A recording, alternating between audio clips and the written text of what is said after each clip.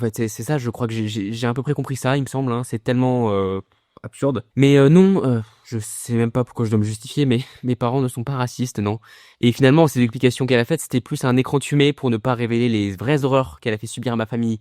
Tout ce que je vous ai dit là, toutes ces fausses accusations, toutes ces histoires pour mettre mes parents en tôle, en fait, clairement. Finalement, avant qu'ils soient obligés de révéler leur vraie facette de monstre, quand les gens sont désespérés et sont face à une situation difficile, parce que effectivement ma famille a subi une injustice, et bien à ce moment-là, au lieu de s'unir, et bien eux ils se sont unis tous ensemble pour nous pousser et nous mettre le plus possible dans la merde en fait. C'est ce qui s'est passé et c'est à ce moment-là qu'ils ont pu révéler finalement leur vrai visage. Mais avant tout ça, on était une famille qui s'aimait. Hein.